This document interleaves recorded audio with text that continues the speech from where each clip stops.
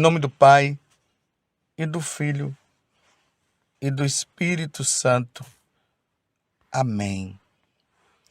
Naquele tempo, Jesus contou-lhes outra parábola. O reino dos céus é como uma semente de mostarda que um homem pega e semeia no seu campo. Embora ela seja a menor de todas as sementes, quando cresce, fica maior do que as outras plantas e torna-se uma árvore, de modo que os pássaros vêm e fazem ninhos em seus ramos. Jesus contou-lhes ainda outra parábola. O reino dos céus é como o fermento que uma mulher pega e mistura com 3 porções de farinha até que tudo fique fermentado. Tudo isso Jesus falava em parábolas às multidões. Nada lhes falava sem usar parábolas, para se cumprir o que foi dito pelo profeta: abrirei a boca para falar em parábolas. Vou proclamar coisas escondidas desde a criação do mundo. Palavra da salvação. Glória a vós, Senhor. Meus irmãos e minhas irmãs, estamos ainda no capítulo 13 do Evangelho de São Mateus, onde Jesus continua contando parábolas. As parábolas que são chamadas parábolas do reino dos céus. Ouvindo as parábolas, se desperta no coração um desejo de saber o que é que Jesus está falando. E a partir desse momento, nós vamos percebendo que a partir das coisas do dia a dia, o Senhor vai falando das coisas que transcendem a nossa alma, que está lá na eternidade, que está no céu. E hoje ele contou aqui 2 parábolas. A parábola da mostarda, da semente de mostarda, que um homem pega e semeia no seu campo. Embora ela seja a menor de todas as sementes, depois ela cresce e até as árvores do céu vão lá e fazem os seus ninhos. E a segunda parábola, a do fermento, que é misturado em 3 porções de farinha, até que tudo fique fermentado. E aí cresce. Você vê? Jesus aqui está dizendo que o reino de Deus aqui na terra, ele vai crescendo aos poucos. A igreja, ela começou com 12 e hoje já são milhares e milhares de pessoas que se encontraram com Jesus e crendo nele, entraram na igreja e aí estão dentro dessa igreja, que é a Igreja Católica, se santificando, até um dia chegar no reino dos céus. É assim, vai crescendo aqui na terra e vai crescendo lá no céu. Na medida que uma pessoa, ela morre católica, professando a sua fé, sendo fiel ao Senhor, ela vai para a eternidade e indo para a eternidade, ela se encontra com o Senhor. Assim é o reino dos céus. Assim é esta parábola que nos incentiva a nós também a cumprirmos nossa missão de fidelidade ao Senhor. É até providencial estas 2 parábolas que Jesus contou no dia de hoje, por causa do santo que nós estamos comemorando. Hoje a igreja celebra a memória de Santo Inácio de Loyola. Eu posso até dizer assim, grande Inácio de Loyola. Santo Inácio, ele nasceu no século XVI. Ele vem da família Loyola. Ele se tornou um grande militar. Ele optou optou pela carreira militar. Por isso ele foi prestar serviço a um outro parente. Não menos importante, o duque de Nájera e vice-rei de Navarra, o qual defendeu em várias batalhas militares e diplomáticas. Imagina, ele queria ser militar, mas Deus tinha algo de muito grande para esse homem. Em 20 de maio de 1521, uma bala de canhão, ou seja, os estilhaços dessa bala de canhão, mudou a sua vida. Ferido por ela, ali na tíbia da perna esquerda, durante a defesa da cidade de Pamplona, ficou um longo tempo em convalescência. Nesse meio tempo, meio por acaso, trocou a leitura dos romances de infantarias e guerra por livros sobre a vida dos santos e a paixão de Cristo. E assim foi tocado pela graça. Aqui veja, meus irmãos, a grande importância de nós lermos a vida dos santos. Como a vida dos santos pode modificar a vida de uma pessoa. A igreja, ela é muito sábia. É interessante que recentemente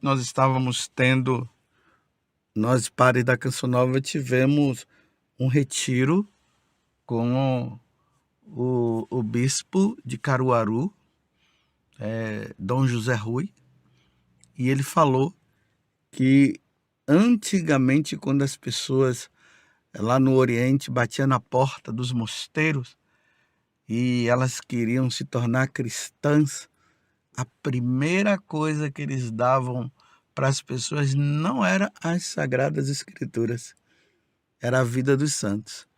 Porque na vida dos santos, dizia ali para nós Dom José Rui, a vida dos santos é o evangelho vivido.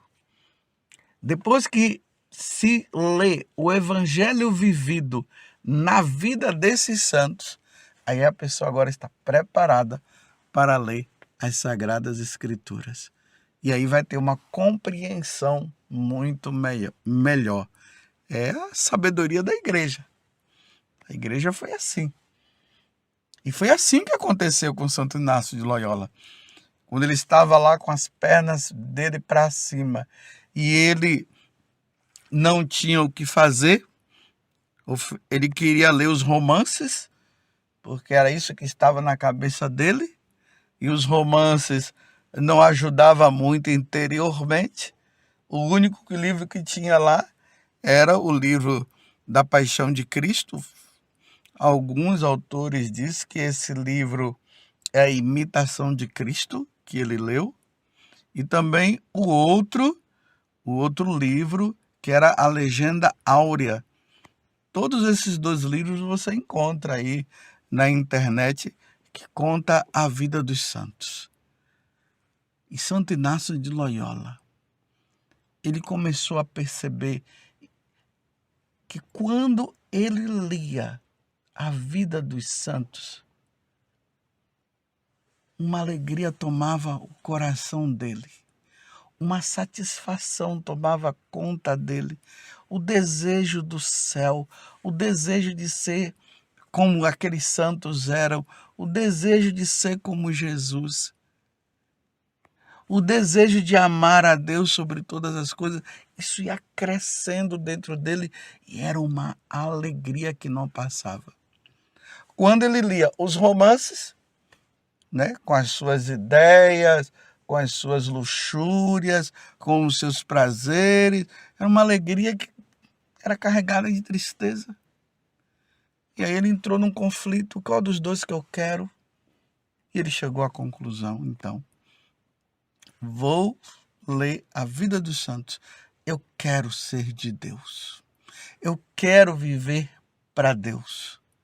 E ele tinha um lema, o lema dele era esse: tudo para a maior glória de Deus. Assim ele foi tocado pela graça. E interessante que Santo Inácio de Loyola disse uma coisa importante que deveria ser também para nós. Ele dizia o seguinte: se eles conseguiram ser santos, eu também vou ser. E conseguiu, meus irmãos. Conseguiu ser santo. Olha o santo desejo que deve existir no nosso coração, na medida que nós vamos lendo a vida desse e daquele santo, daquela santa, os seus escritos, os escritos espirituais, vai crescendo dentro de nós o desejo pela santidade. E crescendo esse desejo pela santidade, nós deveríamos dizer como ele: se eles conseguiram, eu também vou conseguir. Ou santos ou nada, como dizia o Padre Jonas. Ou santos ou nada. E ele conseguiu. Então, depois que ele se recuperou, ele foi à capela do santuário de Nossa Senhora de Monte Serrat. Ele pendurou sua espada no altar e deu as costas ao mundo da corte e das pompas. Deu as costas. A vida do santo, quando nós vamos lendo, ela nos leva a isso, a dar as costas ao mundo, aos prazeres, às riquezas, às ilusões que esse mundo nos oferece. Nós damos as costas a Satanás e a tudo aquilo que ele possa oferecer e nos voltamos agora para Jesus. E com Nossa Senhora, junto com Nossa Senhora, nós começamos a entrar no processo de santidade. Vocês veem, né? Ele foi ali no santuário de Nossa Senhora do Monte Serrat, pendurou sua espada no altar e deu as costas ao mundo da corte e das pompas. E é interessante também que na vida dele, quando ele sai dali, as roupas que ele tinha, né? Aquelas roupas pomposas, as roupas da corte, ele foi e trocou com um mendigo. Ele pegou a roupa do mendigo e ele deu a roupa dele para o mendigo. E levou uma vida assim, austera, uma vida de penitência, viveu como eremita na solidão e passando as mais duras necessidades. Isso é a penitência. Ele estava reparando os pecados dele. Com o decorrer do tempo, ele foi percebendo que Deus o chamava à fundação de uma ordem que se tornou uma das ordens mais conhecidas no mundo, a Companhia de Jesus, que nós chamamos de jesuítas. Os jesuítas. E o Brasil foi atingido pela pregação dos jesuítas. Claro, teve também ali os franciscanos, mas primeiramente os jesuítas. Foi eles que celebraram a primeira missa aqui no Brasil aos nativos, aos indígenas que estavam aqui. Nós somos frutos da pregação dos jesuítas. Isso graças a Santo Inácio, que dizia sempre: tudo para a maior honra e glória de Deus. Tudo para a glória de Deus. Não se fazia outra coisa a não ser isso. Por inspiração divina, Santo Inácio de Loyola, depois ele escreveu os chamados exercícios espirituais. Tanto que as pessoas, para entrarem nos jesuítas no tempo de Santo Inácio, não sei se hoje ainda é assim, as pessoas tinham que fazer esses retiros espirituais. Que eu, por sinal, já fiz 2. Aqueles que puderem fazer, façam. Ainda mais você que tem buscado tanta santidade, se você puder fazer, faça esse retiro. é maravilhoso. As pessoas saem desse retiro com muita vontade de ser santo. Uma das coisas que mais me marcou no retiro inaciano é quando ele fala sobre as duas bandeiras. A bandeira de Deus e a bandeira do diabo. Como ele era militar, e os militares é assim que faziam naquele tempo, né? Eles iam em cima do cavalo, né? E iam um na frente com a bandeira mostrando o país, o reino que estava ali representado, por quem eles estavam lutando.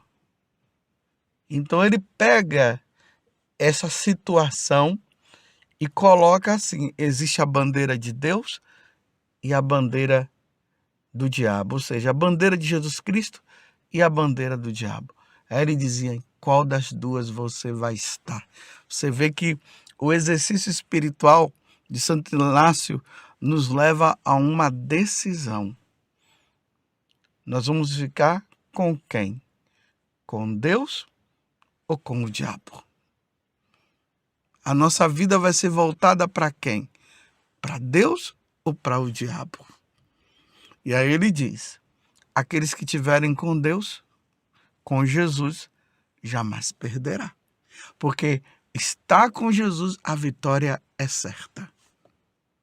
Quantas pessoas na história da igreja, desde Santo Inácio para cá, se tornaram santas?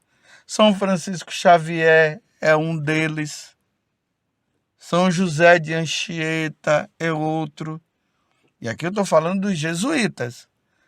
Lembrando que quantas pessoas modificaram a vida com esses exercícios espirituais.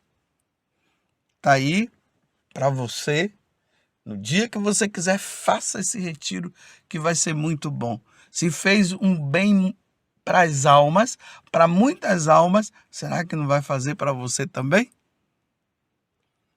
Que santo dedicado. E quantas pessoas que foram jesuítas, quantos padres, sacerdotes jesuítas, eles morreram, eles deram a vida, foram martirizados, porque eles tinham uma convicção muito grande da doutrina da igreja, dos ensinamentos da igreja. Eles eram fiéis nesta luta constante. E quantas escolas fundadas pelos jesuítas, e as pessoas saíam dali não somente com conhecimento humano, mas também com conhecimento espiritual. Elas saíam dali católicas, e católicas de verdade, pronta para defender a igreja e ser fiel a nosso Senhor Jesus Cristo. Que alegria podermos hoje celebrar a vida de Santo Inácio de Loyola. Faça isso. Tudo que você fizer, faça para a maior glória de Deus. E se foi através da vida dos santos que chegou às mãos de Inácio, que não queria saber nada com a igreja, e a partir da vida dos santos ele começou a mudar de vida, olha, que tal você começar a presentear as pessoas com a vida dos santos? Presenteie, dá para um, dá para outro. Aquele rapaz, aquela moça que não quer saber de Deus, dá de presente. Quem sabe um dia a pessoa vai ler em alguma situação da vida. Eu não estou dizendo para você dar para as pessoas que já estão levando uma vida com Deus. Você pode até dar, não tem problema. Mas eu estou dizendo, a mãe, dá para aquele filho um livro da vida de um santo, aquele filho que não quer mais saber de Deus, que está numa vida desregrada, dá de presente. Primeiro que se for você, mãe e pai, que está dando, eles não vão ter coragem de jogar fora. E deixa lá. Ou se não, coloca ali na cabeceira da cama dele. Quem sabe no momento de curiosidade, tocado pela graça de Deus, como aconteceu com Santo Inácio de Loyola, ele poderá fazer também. Aqui vai uma indicação para você. A editora Centro Dom Bosco, ele tem um livro que conta toda a vida de Santo Inácio de Loyola. Eu já tive até a oportunidade de ler esse livro, é muito bom. Deve ter outras biografias, mas eu estou indicando essa porque foi a que chegou nas minhas mãos. Eu cheguei a ler todo, um livro muito bom. É assim, vai dando, vai oferecendo. Quem sabe um dia serão tocados pela graça de Deus, como Santo Inácio foi tocado. Louvado seja nosso Senhor Jesus Cristo, para sempre seja louvado, e a sua mãe, Maria Santíssima.